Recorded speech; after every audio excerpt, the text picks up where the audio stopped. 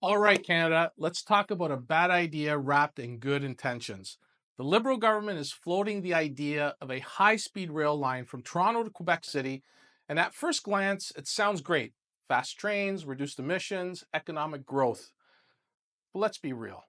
This project has every sign of becoming another massive infrastructure failure, one that will take decades to build, cost billions more than planned, and solve a problem that isn't even a priority right now.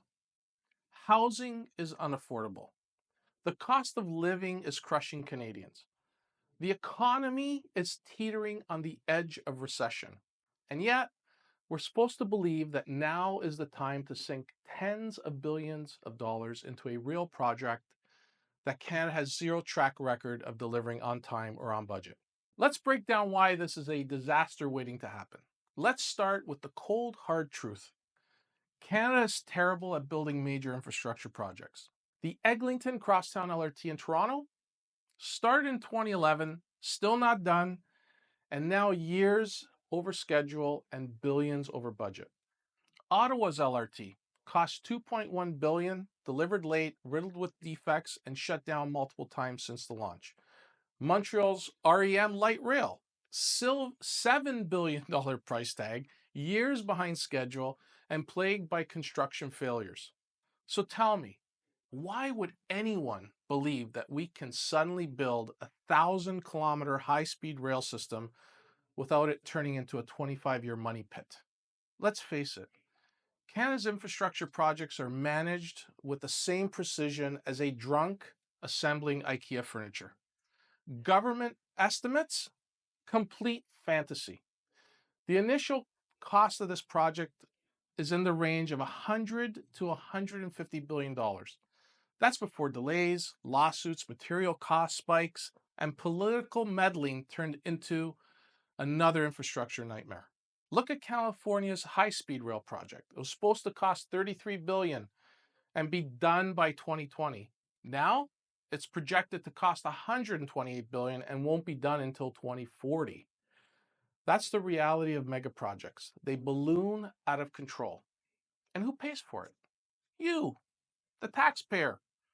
Now let's talk about what actually matters. Canada has a housing crisis. Millions of Canadians are priced out of home ownership. A cost of living nightmare. Food, gas, and utilities are unaffordable. A shaky job market. Layoffs are rising and businesses are struggling. But instead of focusing on policies to fix these real, immediate problems, we're being sold on a high-speed fantasy train that maybe will be done by 2045. What's the priority here? Making sure Canadians can afford homes or making it easier to get from Montreal to Toronto 45 minutes faster? The biggest lie behind this project is that it will magically get millions of Canadians to stop driving and flying. Reality check. Most Canadians prefer their cars. Flights between Toronto and Montreal are already fast and cheap. Train tickets will be expensive. High-speed rail only works when you have massive population density. Europe, Japan, sure. But in Canada, Toronto to Montreal has less than 12 million people spread across 600 kilometers of land. That's not enough people to make this train profitable. So guess what?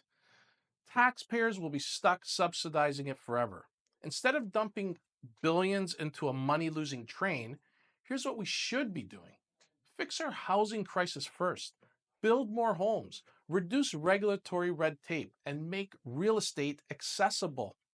Improve existing rail services, modernize via rail, improve reliability, and invest in better infrastructure. So here's the question. Why are we spending billions on a rail project that won't be finished for decades when Canadians need solutions now?